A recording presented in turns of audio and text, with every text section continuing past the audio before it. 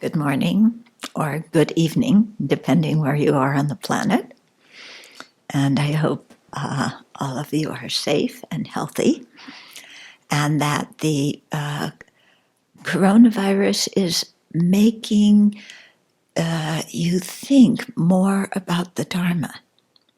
Yeah? So that the situation we're in, instead of falling back to our usual afflictive ways of dealing with difficult situations, that instead our mind is propelled to think about what the Buddha taught so that we can look at the situation from a more realistic and beneficial perspective instead of just playing out our same old fears and anxiety and so on. Okay, so this is really a time for practice and to put our energy into changing our attitude. You know, if we don't do it now, when are we going to do it? Yeah, because this is the time, especially now in difficulties, when we really need the Dharma. So this text that we're going through, I think, is very timely for this. Yeah, because it's a mind training text or thought transformation text, and so it's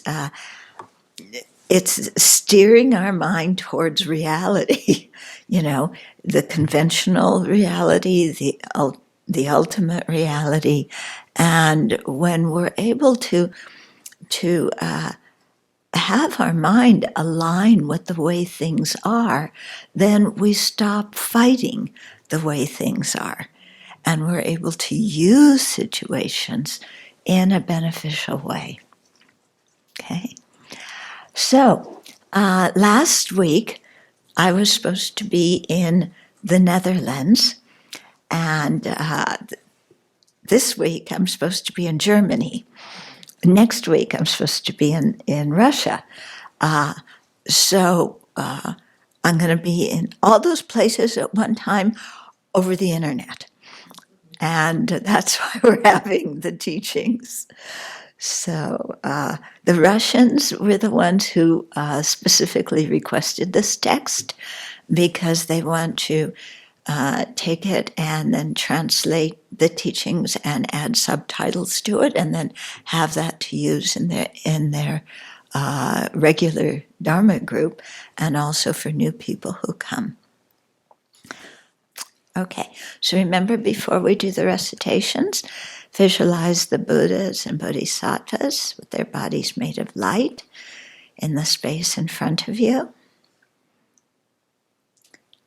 And think that all sentient beings are surrounding you,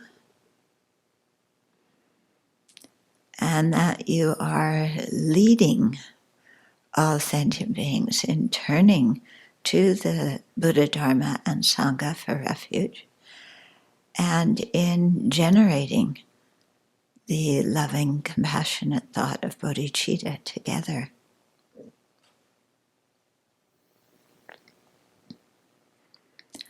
So one way for people to be united is through having the same motivation.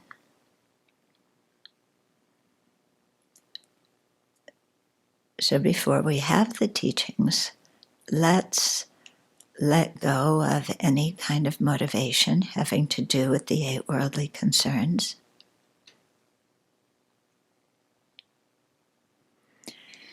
And instead generate the motivation that sees ourselves as intertwined and interconnected with other living beings. We all want happiness. None of us want suffering.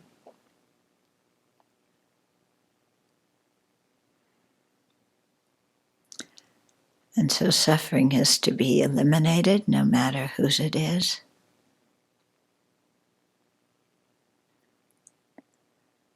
And joy is to be advanced, no matter whose it is.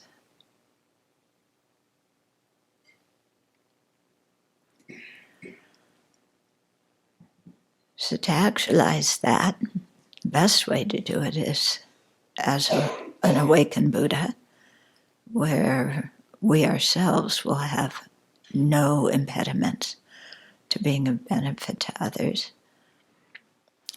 And so let's generate the bodhicitta aspiring for Buddhahood for that purpose.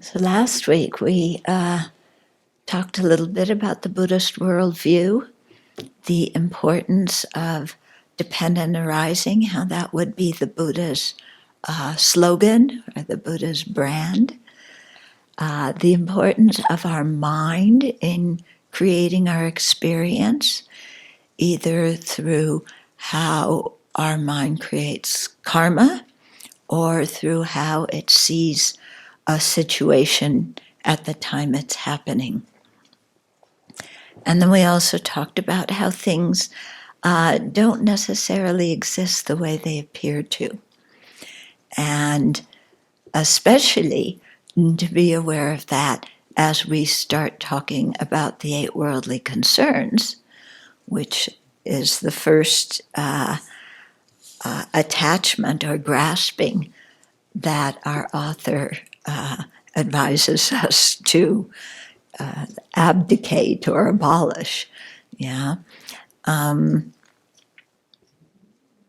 Because when the 8 worldly concerns overwhelm our mind, we are not seeing people and things accurately. Okay? We're seeing them in a very narrow way, only through the vision of the happiness of this life.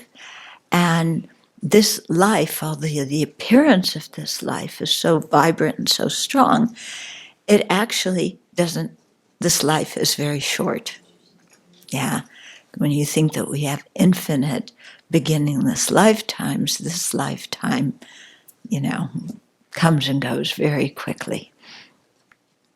Also, with the 8 worldly concerns, we're exaggerating the attractiveness or desirability of some four of the 8, and we're exaggerating the undesirability, unattractiveness of those same things, and then our mind goes into attachment and aversion, and how can I get what I want when I want it?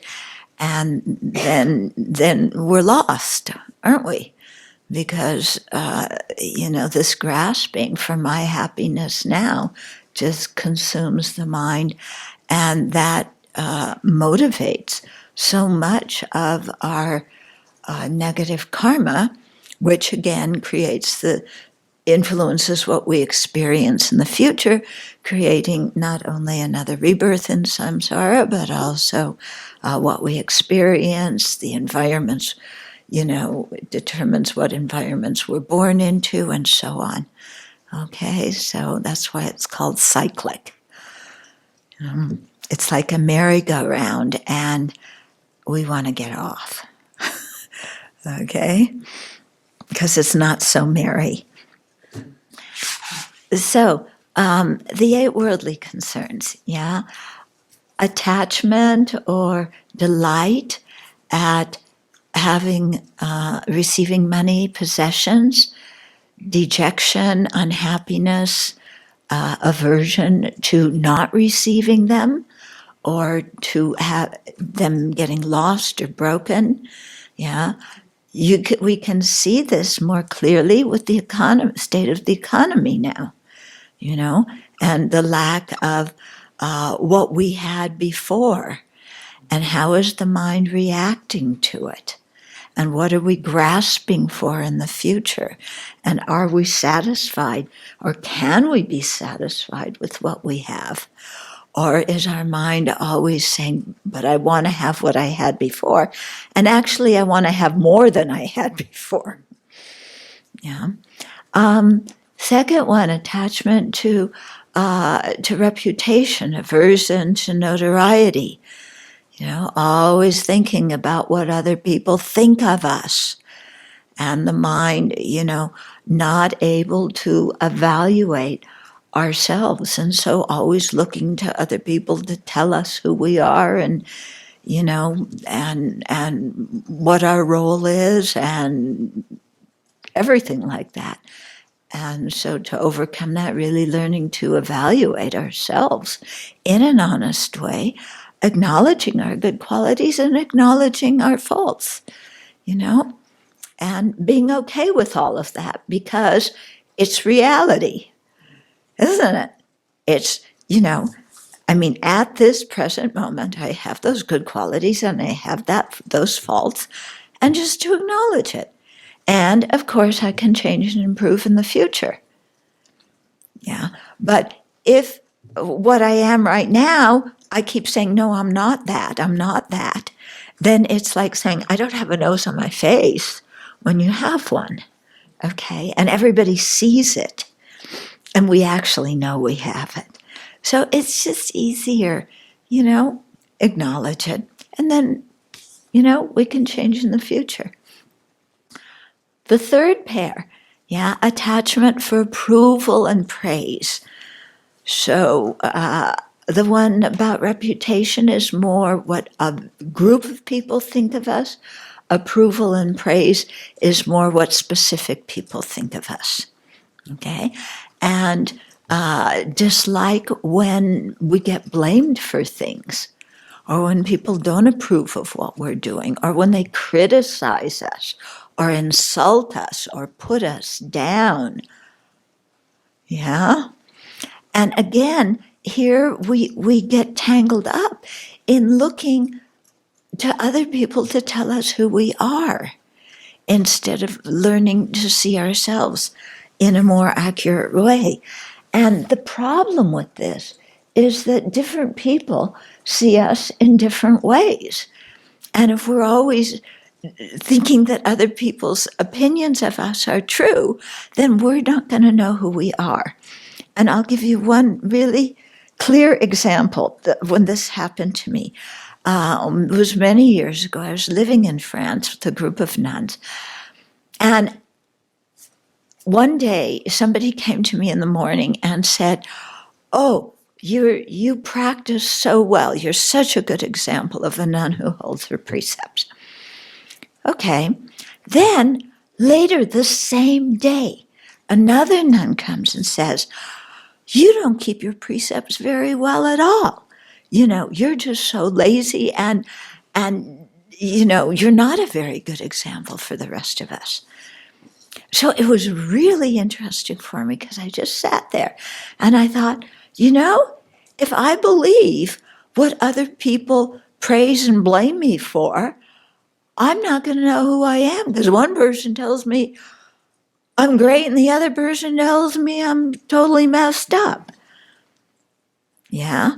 And so it was very clear to me at that time, wow, what other people think, okay, I can use and evaluate and see is it true or not, but ultimately I'm the one who has to check my own motivation and my own actions.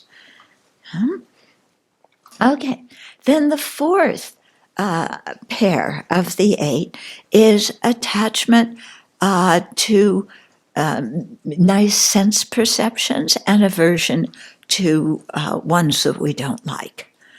Okay, and again, this one can really occupy our mind, because we want to see nice sights and sounds and smells and tastes and touches, in tactile sensation, and we sometimes, go ballistic when things are really unpleasant.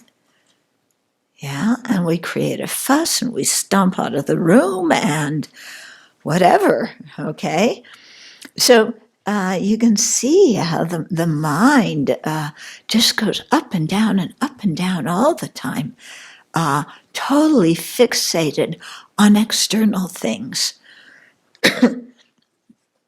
Okay, so last week I started talking about some of the faults of the 8 worldly concerns. And here I was using the text from Dragpa Gyaltsen, who is Nupa Rigzin Drak's teacher, and explaining some of the things that he said. Now, some of you, I'm sure, are saying, excuse me, but this is the 4th of 9 talks. And how come we're still on the first point? Yeah, we need to advance and go on to the other points. Well, first of all, I am definitely the disciple of my teacher. Okay? So when it comes to the 8 worldly concerns, it's going to get hammered in.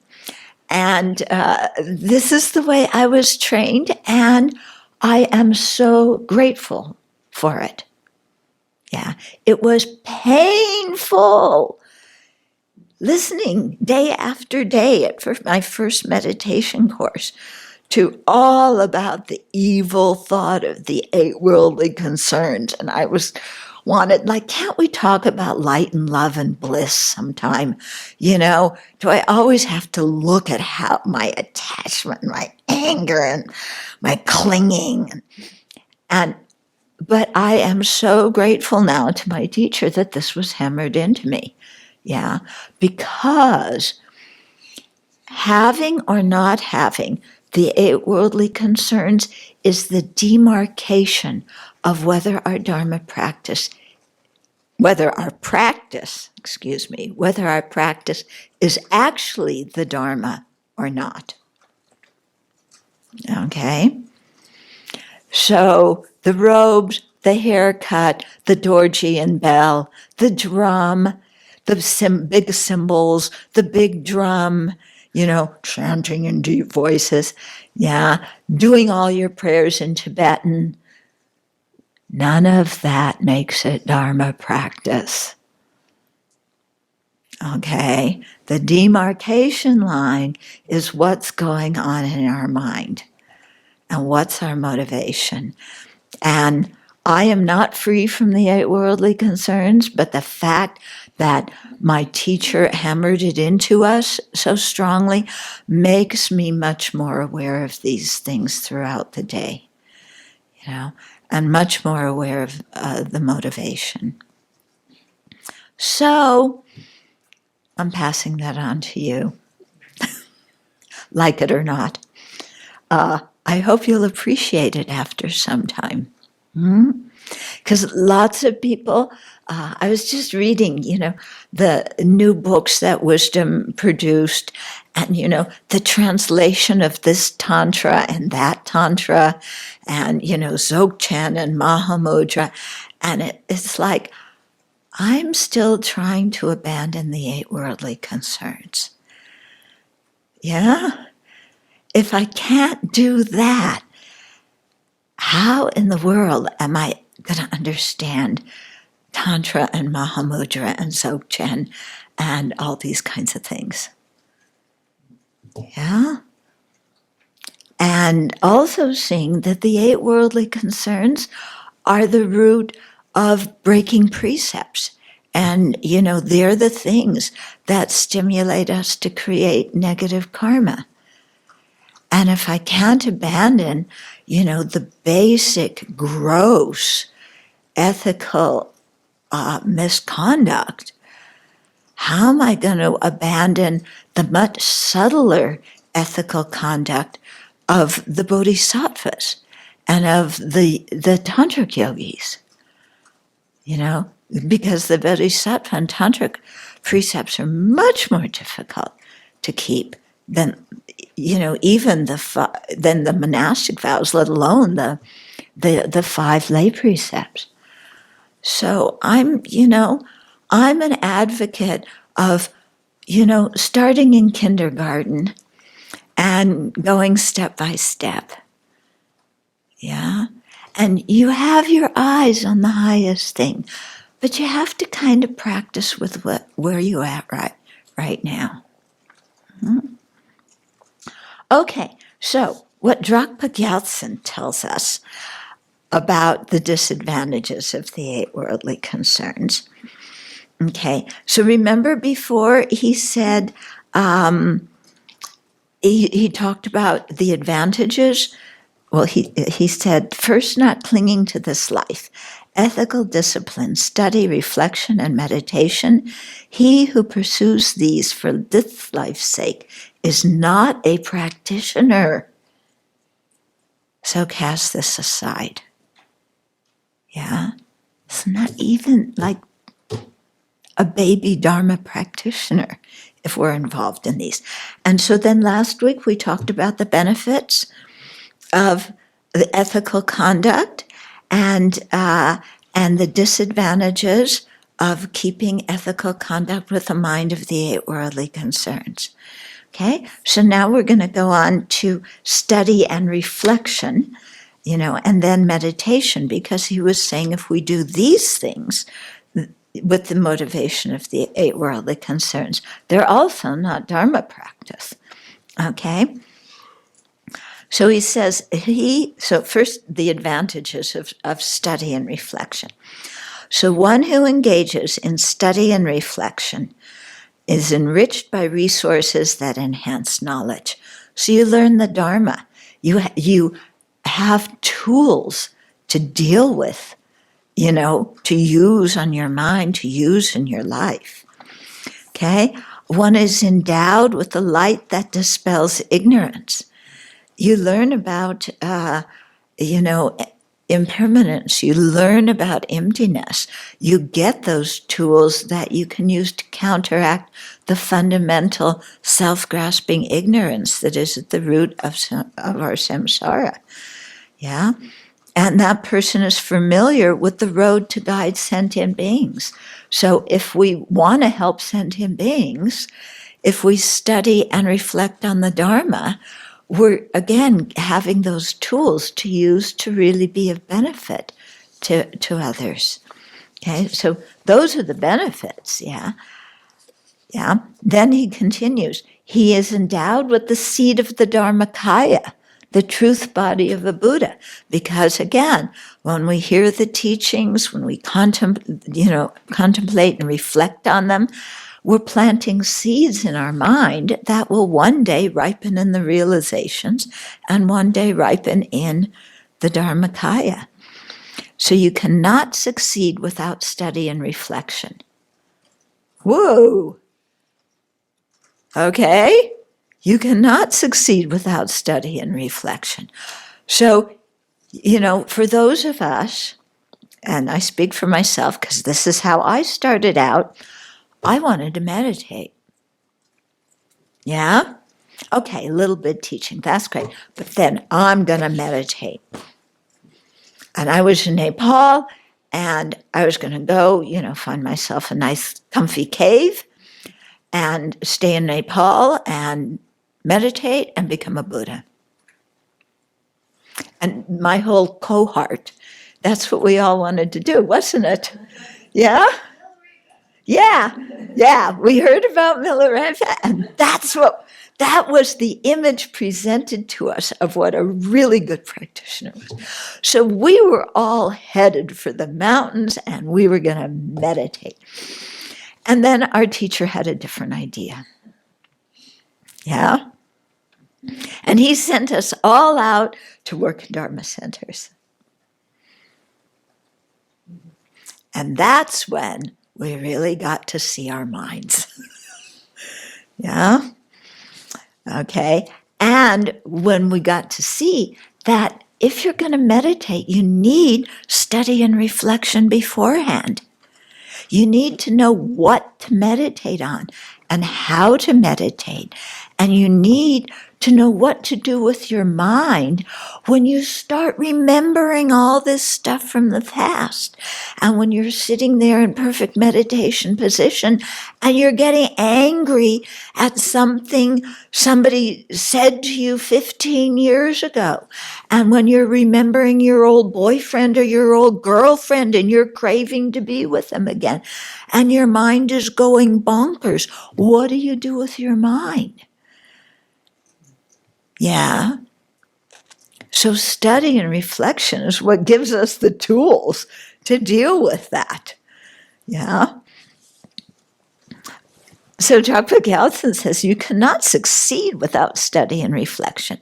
But as for study and reflection that cling to this life, it provides, and now he's going to tell us the fault of the 8 worldly concerns mixed in with when we listen to teachings, study teachings, learn the Dharma, reflect on them, discuss them, and debate them with our classmates. These are the defects of mixing the 8 worldly concerns with. Okay? So, as for the study and reflection that clings to this life, it provides resources that produce conceit. Look how many Dharma texts I've studied. Look how much I know. I can rattle off the 5 of this and 6 of that and 10 of this and 22 of the other thing. Yeah, and I have my certificates and I have my titles. And I've studied for so many years. So I'm kind of like a professor of Buddhism. Yeah. So you should respect me because everything I teach is the truth.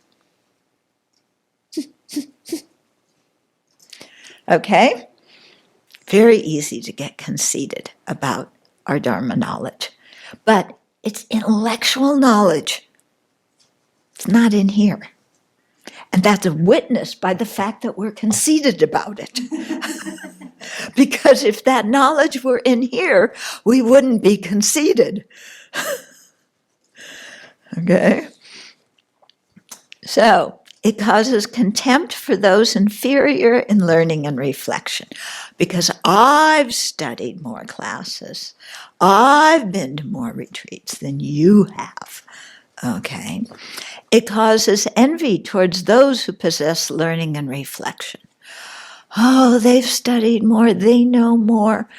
Oh, I'm jealous. They get more status. Yeah, people look up to them more than they look up to me. One of the big things I went through is like, I really wanted to learn Tibetan, and my teachers wanted me to learn Tibetan, and I never had the proper circumstances to learn Tibetan. And I remember, because we all sit as monastics in ordination order. So there's people in front of you and people down here. And, I would look up and up the line, and these people, they were good practitioners, but I criticized each and every one of them in my mind. Yeah, because they had more study and reflection. And some of them were fluent in Tibetan and I wasn't. And so I was jealous of the people up the line, the people who were junior. I picked faults at them too. Everybody had some kind of fault. So this was the level of my Dharma, quote, quote, practice, which wasn't a practice, as witnessed by the jealousy. And the jealousy over who gets to be with the teacher, and who gets to make him a cup of tea, because I didn't get to. Who gets to go meditate in his room, the small group of people who get to meditate in the room with the teacher. And when I didn't get to do that. And, just constant comparison with other practitioners. Miserable, totally miserable. So I remember one day sitting out on the grass, looking at my teacher's room, thinking about the other disciples who were all in there, and feeling jealous, burning with jealousy. And it was so painful that I said to myself, I've got to change. I cannot continue on like this. Jealousy is too painful. Yeah. So I had to start practicing rejoicing at other people's virtue, and rejoicing at their knowledge, and rejoicing that they knew Tibetan and I didn't, and I had to ask them to translate for me. Yeah. But it was only when I started doing that my mind started being happier. Yeah. And just accepting who I was, where I was at, and actually feeling happy that other people were better than me, because then I had people I could learn from. Okay? So, this line about how it causes contempt and conceit, yeah, when I check my mind, that was really true. Okay, and it's painful. Okay. It causes envy towards those who possess learning and reflection. It causes you to seek retinues and wealth. So when we study and reflect with the 8 worldly concerns, then we want to be a big teacher with lots of groupies following us. Yeah? And we wouldn't mind a few donations. So we praise ourselves, we criticize other teachers. Yeah, we get our students to do that. Yeah. I remember being at one of His Holiness's teachings one time, and some people were saying, oh, our teacher, we think he's realized emptiness. He does this and that, and he's really special. And I was thinking, okay. But, the main thing, when I really look, who are the people whose practices I respect? It's the people who are humble. Yeah. Because it's easy to be charismatic. Yeah. And to fine-tune your teachings so that people like you and you teach what other people like, So first of all, you don't teach about the lower realms because nobody likes to hear that. Then you don't teach much about the defects of samsara, because nobody likes to think about that either. Yeah. So you talk about, great bliss. That sounds really good. Yeah. So it's very easy, to cherry pick the teachings when we're motivated by the 8 worldly concerns, and then to seek reputation and offerings. Yeah. But like I said, the teachers I really respect are the ones who are humble. And I remember when I was living in Italy, and Geshe Topton was sent to teach us.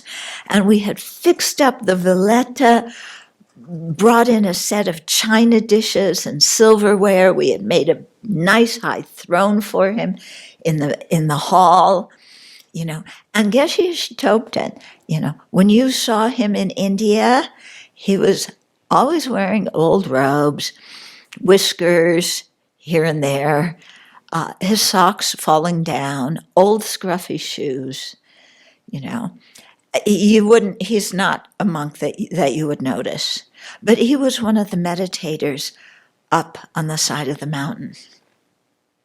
Yeah, but the few times he came to town, you wouldn't even notice him.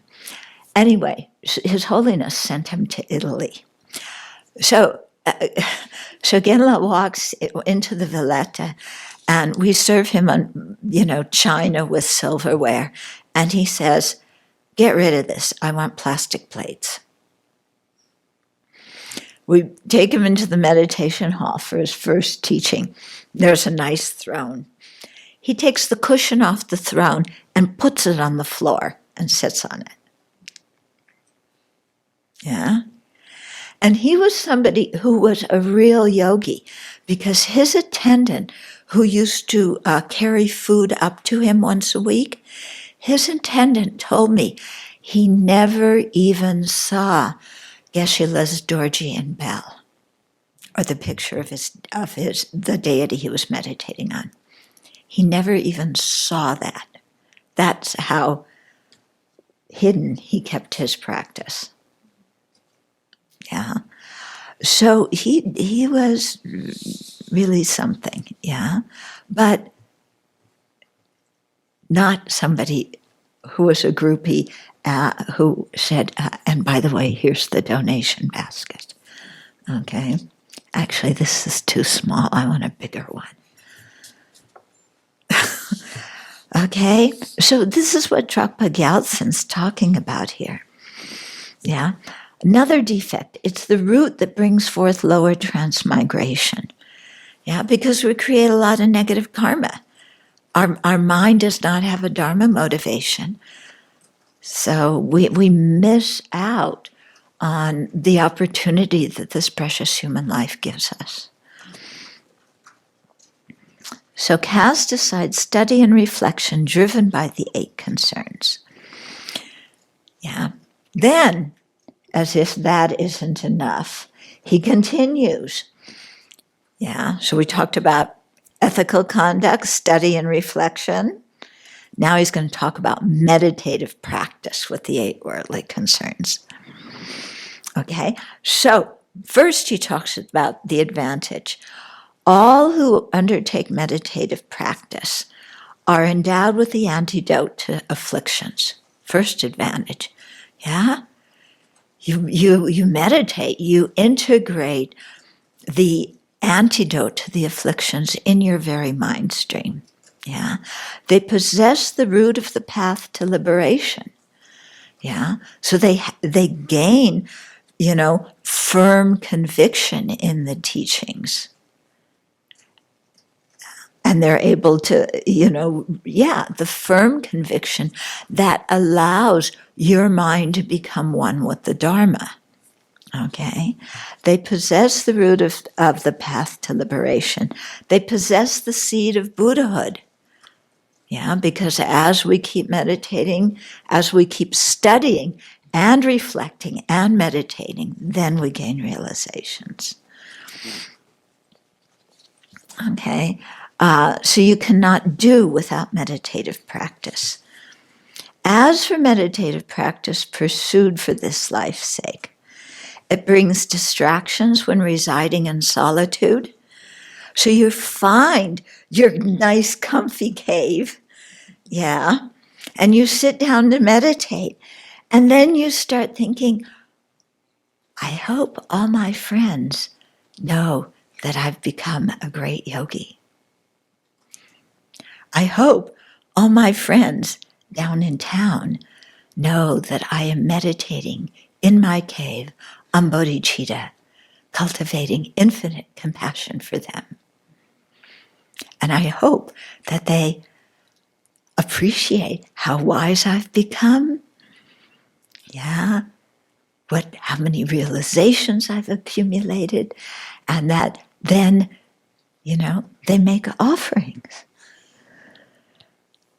Okay, so that's what I'm thinking about in my meditation. Okay. I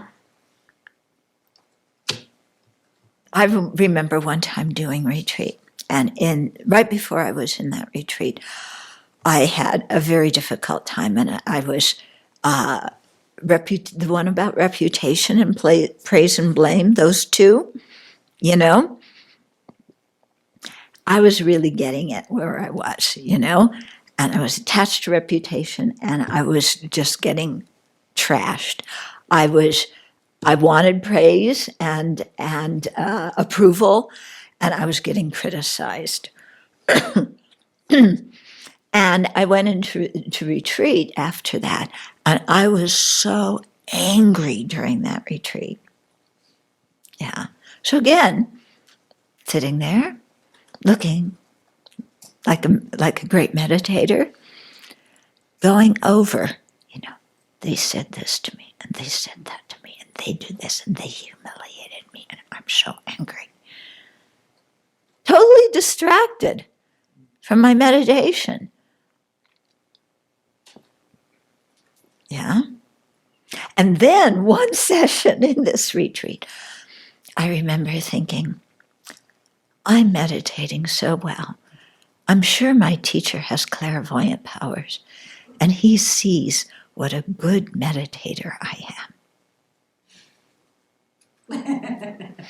As soon as I realized what I was thinking, I just burst out laughing.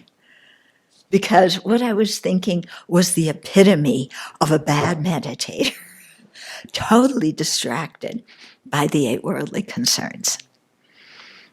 Okay? So, it brings distraction when residing in solitude. It makes you adept in the art of empty chatter, because you talk about all your fantastic meditative experiences. And I saw this, and I felt that, and this was wonderful. And I was one with everything, and I had no feeling of attachment to my body, and on, and like, aren't I great? Come on, everybody. Yeah, I want reputation. It makes you defame those engaged in study and reflection, because they're only studying and reflecting. I am meditating. I am a renounced being, meditating in my comfortable cave with my heated blanket, my refrigerator, my stove, an electric heater, aircon. Yeah, a good supply of chocolate chip cookies. Okay. So it makes you defame people engaged in study and reflection because they aren't as good as you are. It makes you jealous towards other meditators because you can see by their meditation that they're gaining some experience, and I don't have that experience, so I get jealous. So his conclusion here with both of these is cast aside the meditative concentration of the 8 concerns, which, I love the way he says it. It's the meditative concentration on the 8 concerns. That's what we're meditating on. That's what our mind is filled with, is all of our internal garbage. And he's just saying, get rid of it. Okay? So how do we get rid of it? Now we're going to go back to Nupa Rinzendrak's text. Yeah. So he says, as an antidote to the first attachment, meditation on death and impermanence. Oh, really? I'm still hoping for light, love, and bliss. You're giving me death and impermanence? And then a little later in the text, he says, first reflect on death and impermanence, which is the remedy for attachment to this life. To think about the uncertainty of the hour of death, to contemplate the profusion of factors which can lead to death, and to reflect at length on how nothing but the Dharma is of any help or use at death. When you have really cultivated this kind of contemplation, a desire will arise from your heart to do nothing except practice Dharma.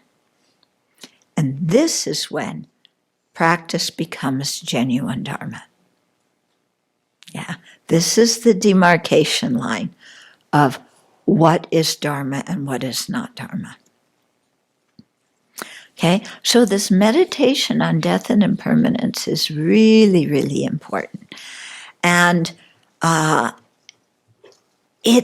it's not, if you do it correctly, it does not make you depressed. In fact, what it does, it relieves you of all the attachment that makes you depressed. It relieves you of all the anger that makes you unhappy. Okay? Because the meditation on death and impermanence helps us put this life into perspective, yeah, into a much broader, wider perspective that actually eliminates so many of our problems in this life. Okay? So, again, I remember, I'm telling you, all my stories in condensed version, because we only have 9 talks. Okay, but I remember one time studying Aryadeva's The 400 with Geshe Nawandarge, and sitting in his room. It was a small group of us, and he Aryadeva has one whole chapter on death and impermanence. And Geshe-la was, again, hammering it into us, day after day after day about death and impermanence. And I would listen to the teachings, and then I would go back to my room and I would meditate on them that same day and reflect and meditate on them. And my life became so peaceful during that time. It was amazing how peaceful my mind was. I was living next to somebody who used to play her radio really loud. Yeah, and it disturbed me. When I meditated on death and impermanence, her radio didn't disturb me. Yeah. When I meditated on death and impermanence, what people thought of me was not at the top of my mind. Because when you die, it doesn't really matter what they think of you. Yeah.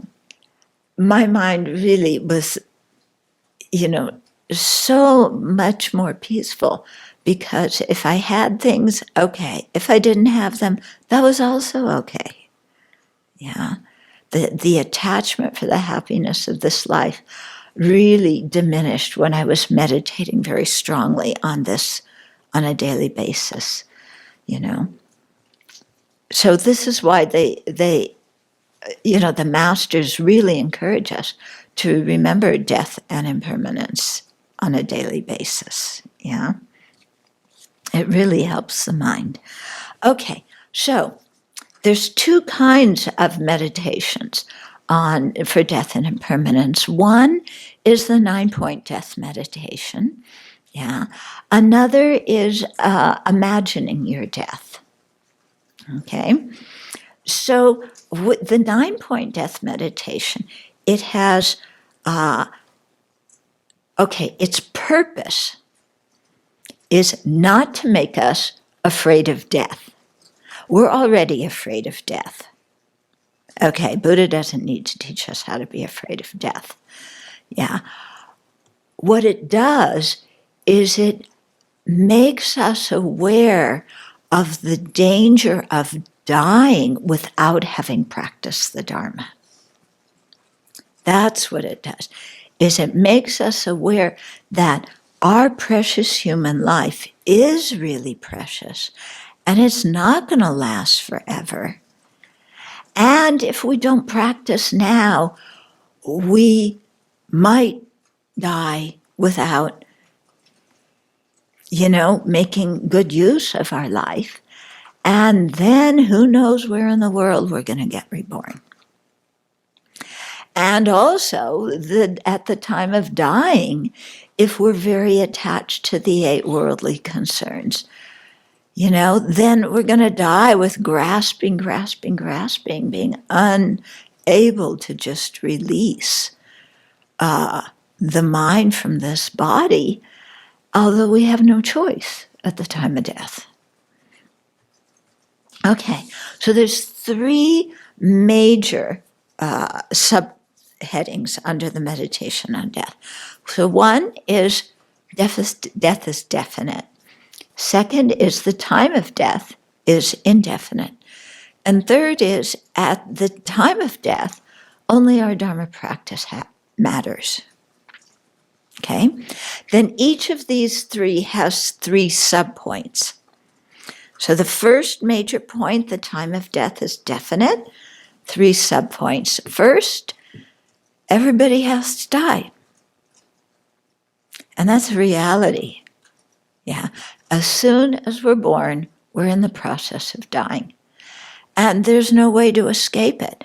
And if we look back through history, no great, famous, rich, important person has escaped death. And even all the religious leaders and the great practitioners, they have all passed away too. Yeah. Death is definite. There's no way to avoid it. Yeah. And yeah, that's just the way it is. So like it or not. So again, to really think that, my death is definite. And someday, people are going to be writing obituaries for me.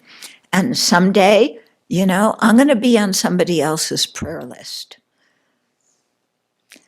Yeah. But I'm not even going to be here to enjoy it. To think, oh, finally, I'm on somebody's prayer list.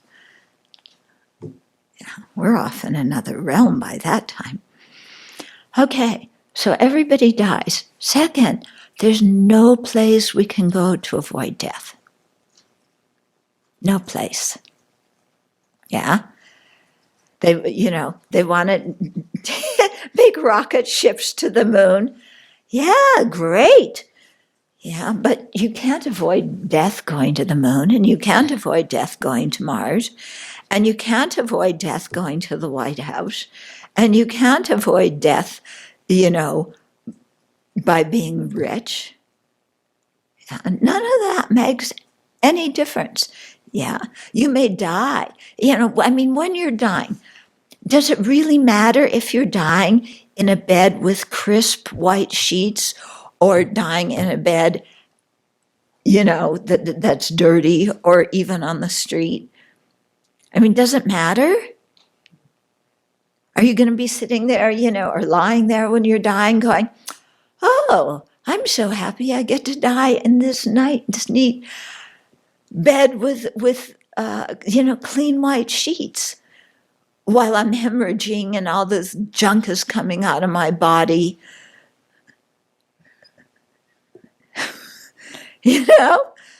That's not going to work. Nowhere we can go to avoid death. And third is, our whole life can go by without us practicing. Yeah? So, we in ancient India, they saw it as kind of your life goes in 20-year chunks, First 20 years, you're a kid and you're learning. Yeah, kind of like now, except now that first chunk is 35 years, Yeah. Youth, yeah, isn't it? People don't grow up as fast nowadays. Yeah. Then the second chunk of your life is you have a family and you're working.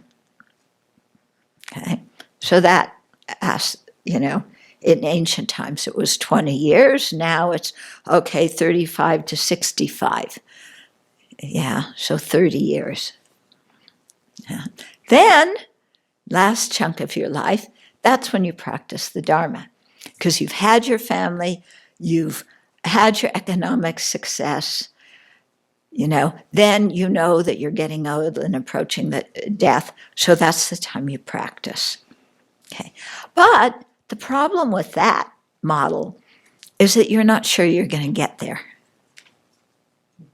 Which brings us to the second major point, which is the time of death is indefinite. So the first subpoint under that is that people die at all sorts of different ages. Yeah, it's very helpful to walk through cemeteries and look at the dates on the tombstones and see the tombstones for people who have died at your age or younger than you. And to think about the people you know who have died. When I was younger, I used to, as part of this meditation, kind of keep a list of the people I knew who had died. And it's amazing how, as I aged, that list got longer and longer.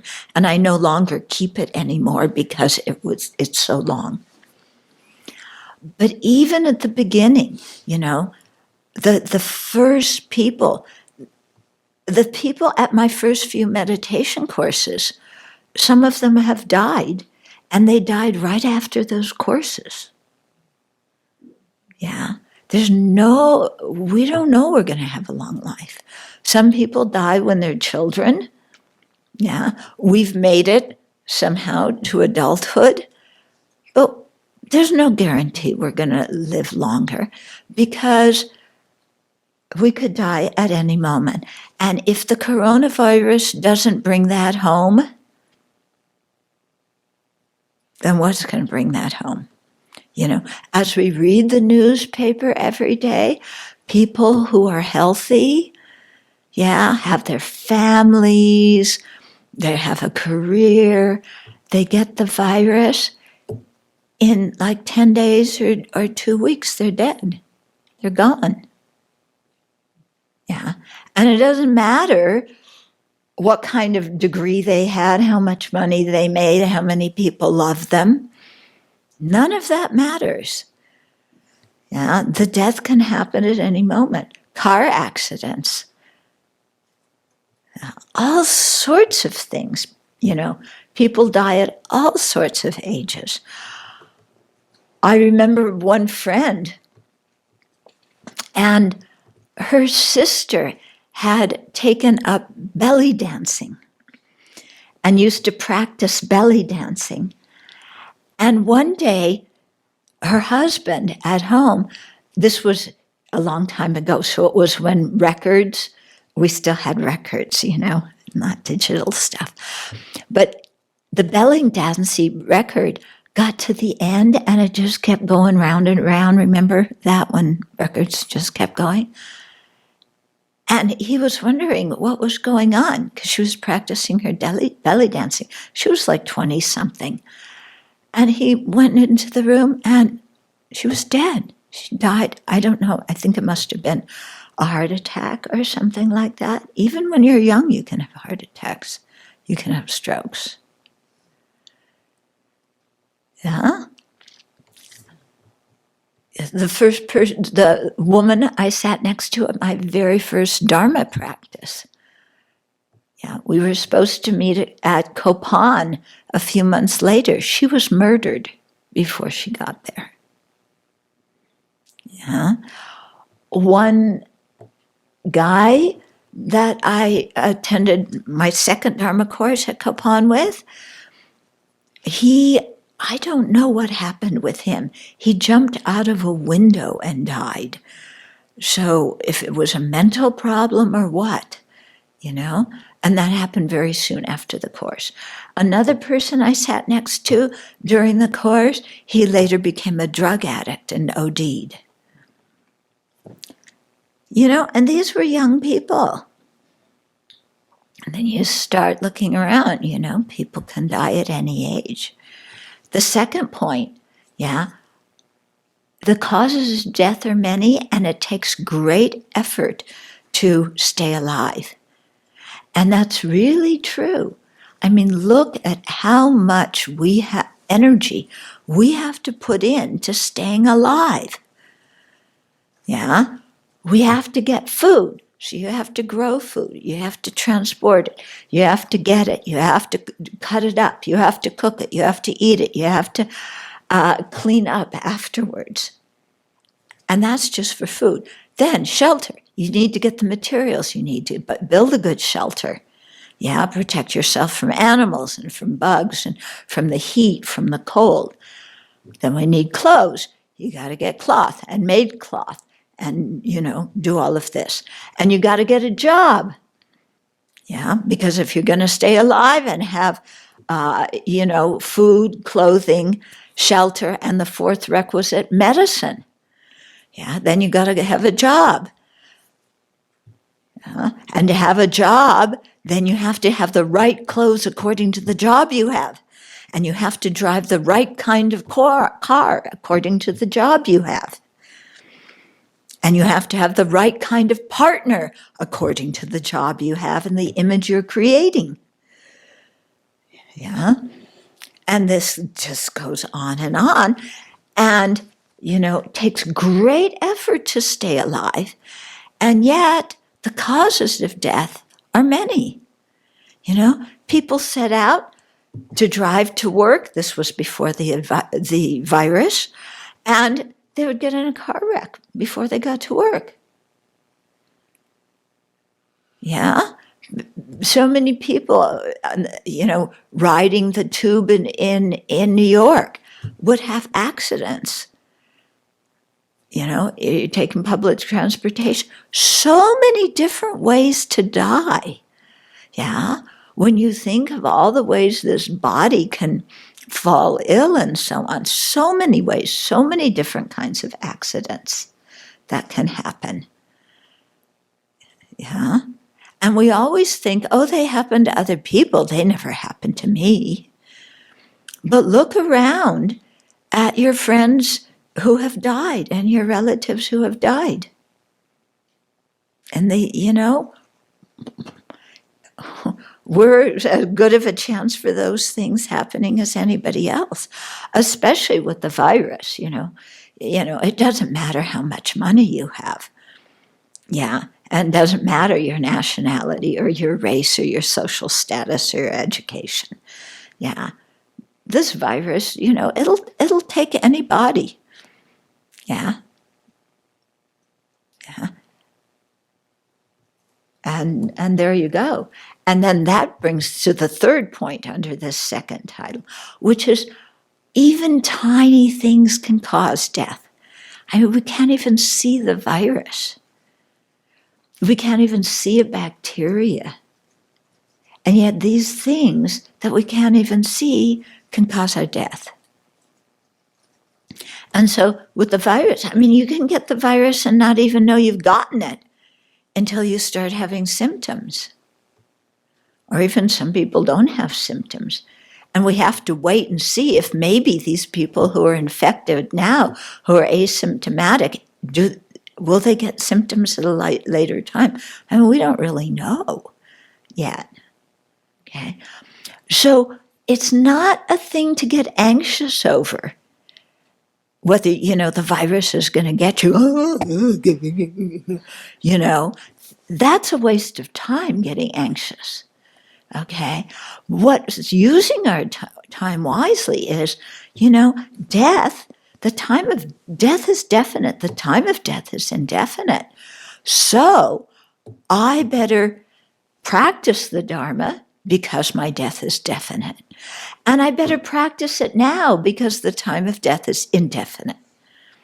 Okay, so those are the conclusions we reach from the first major point, of death is definite. We reach the conclusion that therefore I have to practice the Dharma. And from the second major point, that the time of death is indefinite, I better do it now because I don't know how long I'm going to live. And so I can't say, this whole stage of your life, and you practice Dharma at the end, like after I've done everything I want to do, my whole bucket list. Yeah, I want to go to Disneyland. I want to climb Mount Everest. I'm training to climb Mount Everest. I want to, go surfing. I want to, oh, you like that one, huh? Oh, you like that one. Yeah. I want to achieve this and such in my career and get this kind of promotion. I want to, have so much money. I want to have a family, and I have all my kids' lives programmed out about how successful they're going to be. And, and I have everything all planned out, and I want that to happen. Okay? And then, after I achieve all my worldly success, then I'll go practice the Dharma. Doesn't work out like that. Sometimes you never get around to it. Okay? So if we're always waiting for the perfect time to practice, we will never have it. It's like if you're always waiting for the perfect circumstances to meditate, to do a daily practice, a daily meditation practice, you're never going to have it.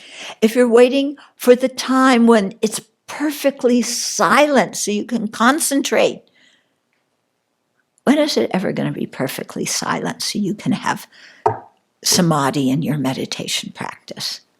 Forget it. Where are you going to go in this world where it's perfectly quiet? If you're waiting to have the perfect meditation cushion, one that's comfortable so that your back doesn't hurt and your knees don't hurt, forget it. When are you going to have the perfect cushion? Or the perfect chair, or the perfect bench? Yeah. If you're waiting to be completely comfortable before you practice the Dharma, you're never going to practice. So our practice involves getting used to all these things that are hindering our practice and making peace with them and learning how to practice in spite of them. Okay, that is our Dharma practice. Not going around telling everybody, shh, you're making too much noise, I can't meditate. Yeah, I mean, sometimes if you have kids, yeah, you can tell your kids to settle down. That's good. It's actually good for the kids. Yeah, but if you're waiting for perfect silence, yeah, perfect comfort, yeah, the perfect sadhana, the perfect thing to meditate on, this meditation, every time I do it, it's going to bring strong experience. So I try that meditation. Oh, that doesn't do it. This meditation, that doesn't do it. This meditation, oh, that doesn't do it. So every day you're trying something different. Again, you're going to have to wait a long time. Yeah, because experience in your practice comes through familiarity, and there's no shortcut to familiarity. Yeah, understanding experience comes through practice. Practice means you do the same thing again and again. Yeah, so it takes time. So we have to be willing to invest that time and to invest it now because we don't know how long we're going to live. Then, the third major heading in the death meditation. At the time of death, only Dharma matters. Yeah. And that's because the 3 points underneath that are, at the time of death, we have to separate from our wealth. They don't help us when we die. We have to separate from our friends and family. They can't help us when we die. We even separate from our body. Okay? So all of our wealth that we've worked so hard to accumulate in our life, when we die, it all stays here. And our relatives fight about it. And you think, that won't happen in my family. That's what I thought too. That's what most of my friends have thought too. It's not true. Okay? I mean, it doesn't matter how much wealth you've had when you die, because it all stays here. Can't take any of it with you. And worrying, and at the time of death, worrying about who's going to get what? Oh my goodness, do you want to die thinking about that? It's much better. Write your will now. I don't care how old you are. You know, even you're 13 years old, dedicate, write your will about who's going to get all your stuff. Give it all away mentally now. Yeah, so that when you die, you don't have to think about it. Because who wants to die thinking, oh, I wanted to give that artifact from my great-grandmother to this person, but I forgot to put it in the will, and now somebody else is going to take it. Do you want to die thinking about that? What's going to happen from all the your family artifacts that have been passed down generation? Yeah? Who's going to get your your life insurance policy? Arrange all of that now. Do your, what's it called? Power of attorney. Yeah? The power of attorney, in case you get too ill, to manage your own affairs. Designate the person that you want to have access to your funds so they can pay your bills. Dedicate the person who's going to make end-of-life choices for you if you're not able to do so. Write down your end-of-life choices. Do you want to be intubated? Do you, for how long? Intubation ad infinitum, or intubation for a short time? Or maybe you don't want that. Do you want them, if you go code and you stop breathing, yeah? Do you want them to jump on your chest and pound and push and inject stuff into you to get you breathing again? Do you want that? Think about all these things and write it down now. It really saves your family so much torment. Yeah, and it saves you the angst of, worrying about what people are going to do because you haven't made it clear to them. So it's not morbid to talk about. It's a favor to your family to talk about. I tried so much to talk about this with my parents. They didn't want to talk about it, except every once in a while you got a little bit, And I remember with my dad, we finally got my dad to sign a no-code thing, yeah, which was appropriate. He was 92 when he died, When you're that old, yeah, do you really want them jumping on you? They're going to break all the bones, all your ribs, Don't you want to be able to just die peacefully? So, yeah. Okay, do all of that now. And then when you die, you've given it all away. And you can just think, I created merit. I gave it all away. One young man, when I was helping him die, he was just 30-something. He had just been accepted to a prestigious university in the U.S. And, as his death was, he was dying of cancer, and it was gradual, but he was getting real close. And he was telling his sister, give this to that person, give this to that person. You know, he could barely talk himself. He was telling his sister, give all my stuff away. And he had such a beautiful mind doing it. He really had a mind of generosity. Yeah, because his books were his most cherished possession. They were the last thing he gave away. But you can tell when he gave them away, he really wanted other people to have them and enjoy them. Yeah, and when at the very end, he called his sister over and he said, make sure you give offerings to this person and this temple. He was very clear, you know, that he wanted offerings to the Buddha Dharma Sangha made in on his behalf after he died. You know, and he died with that kind of thought. After we got the doctor who was trying to convert him out of the room. That was just another story, okay? Second thing, our friends and relatives, at the time of death, how can they help us?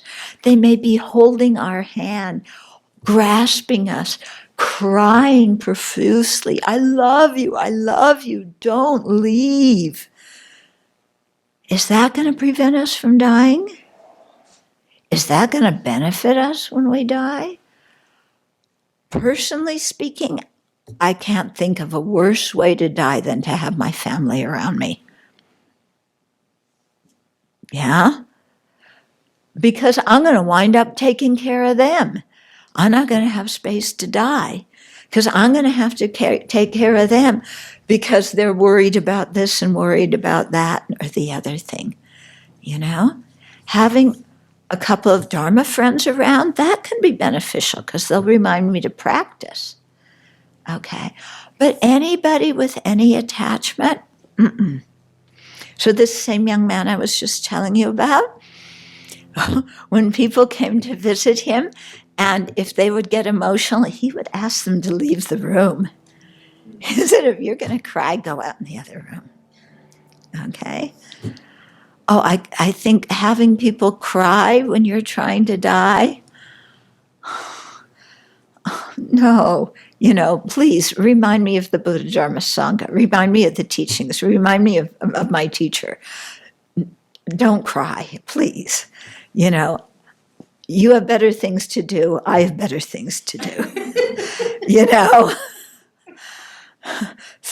don't afflict me with that. Okay. So friends and relatives who have attachment, they're not going to help us at the time we die. Yeah. They could be bringing, you know, sign here, you know. We're dying. I say, hey, I want to die. No, first you got to sign here. Please. Okay. And at the time we die, our body, our dearest friend that we've cherished our whole life, that we've gone out of our way to pamper and make comfortable because we love it and we're so attached to it. Our body deserts us at the time of death. Yeah? It stays here. It's decaying. Our body has a stroke. It has a heart attack. It's hemorrhaging. Yeah? You think you're going to look good when you're dying? Nancy Reagan, yeah, she made sure that she looked good when no, it wasn't Nancy. There was some movie star. Who? Joan Rivers, yeah, who made sure that she looked really good while she was dying. Nancy Reagan made sure she looked good from the moment she died. She had it all set up to have her hair done, you know, her makeup put on, and so on. Does it really matter when you die how good you look? I went to the funeral of one of my friend's mother, the mother of one of my friends, and she had died from lymphoma over a period of time. I heard people at her funeral say, I haven't seen her look so good except in her casket. Because they did a really good job of embalming her. Yeah. This was actually because how I got myself to cut my hair. Because when I met the Dharma, I had hair down to here that I had spent years growing out. I was so attached to my hair. Okay, I didn't want to cut it because it took me years to get my hair that long, and it was really nice hair, you know? And when I heard about this meditation on death, Rinpoche taught it my first course, and I went home and started meditating on death, and I thought, okay, there I am, lying in my casket with all this beautiful hair.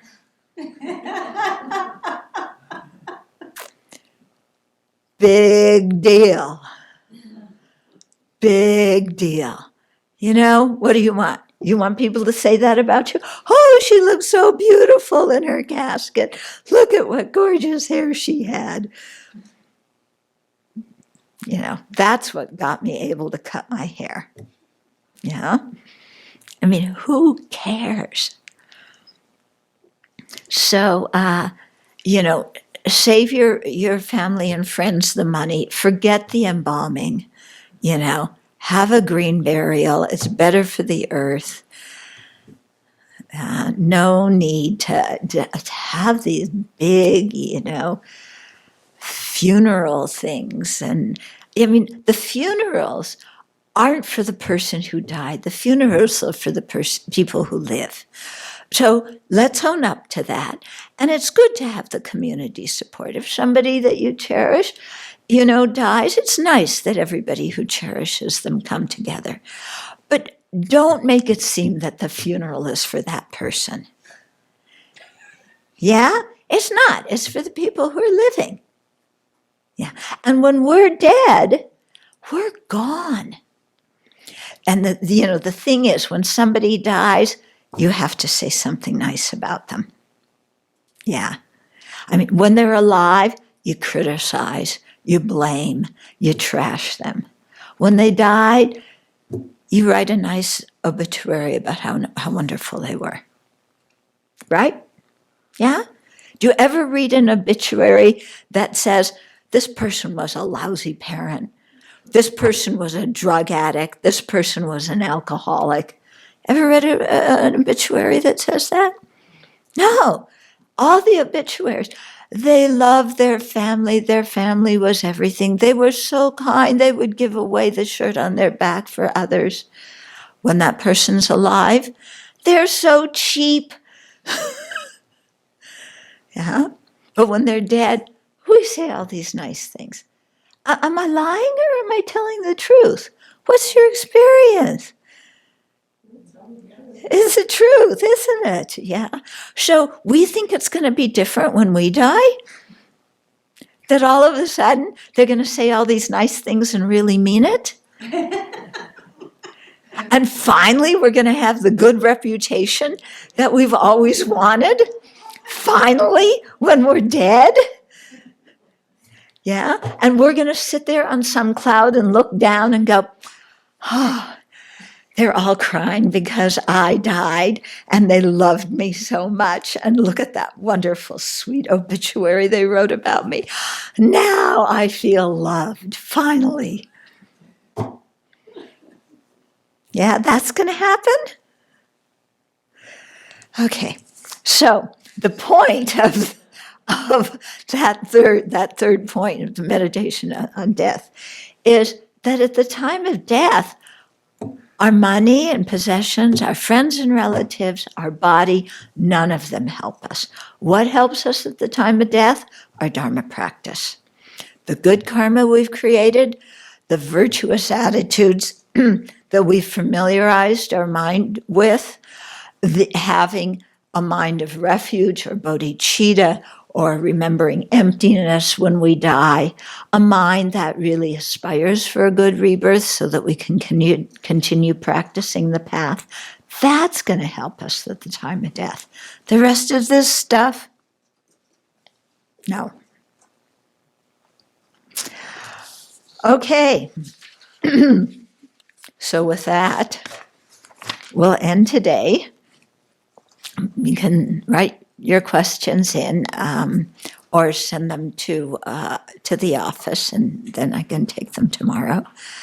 But really think about this. I mean, this meditation on death is really precious, and it makes very clear why the 8 worldly concerns need to be abandoned, because the 8 worldly concerns do not help us at all during the time of death.